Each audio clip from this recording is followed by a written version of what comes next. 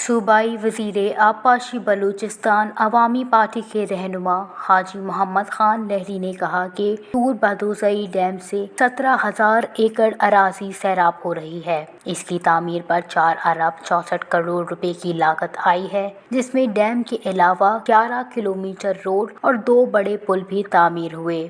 گزشتہ مونسون بارشوں سے ڈیم کو نقصان پہنچا، جس کی دوبارہ مرمت کا کام مذکورہ ٹھیکیدار پورا کرے گا، کیونکہ تاحال اس کی تعمیر مکمل نہیں ہوئی۔ ان خیالات کا اظہار انہوں نے گزشتہ روز ضلع سیف اللہ میں طور بادوزئی ڈیم کا معائنہ کرنے کے موقع پر گفتگو کرتے ہوئے کیا۔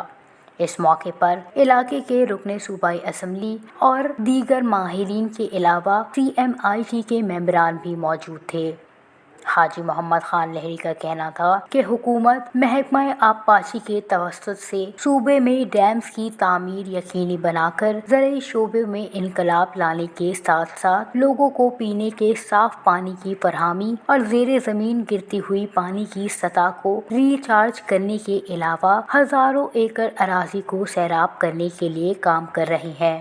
مذکورہ ڈیم گزشتہ مونسون بارشوں کے دوران سیلابی ریلوں کی وجہ سے اوور فلو ہوا تھا، جس کی وجہ سے اوور فلو متاثر ہوا، اور مذکورہ ڈیم کی تعمیر کے حوالے سے کنسلٹنٹ نے جو رپورٹ دی تھی کہ ڈیم 3 سال میں بارشوں کے پانی سے بھرے گا، لیکن بارشیں زیادہ ہونے کی وجہ سے مذکورہ ڈیم 1 سال میں ہی بھر گیا اور ڈیم میں گنجائش سے زیادہ پانی آنے کے باعث اس کا اوور فلو متاثر ہوا۔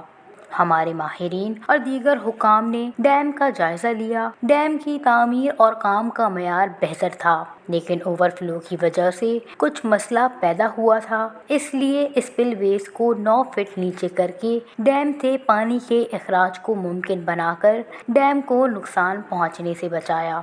ان کا مزید کہنا تھا کہ اس ڈیم کی تعمیر اور پانی کے ذخیرہ ہونے سے علاقے کی 17,000 ایکڑ اراضی سیراب ہوگی، جس سے علاقے میں زرعی انقلاب برپا ہوگا اور علاقے کو زراعت کے ساتھ ساتھ مالداری، پینے کے صاف پانی کی فراہمی بھی ممکن بنے گی۔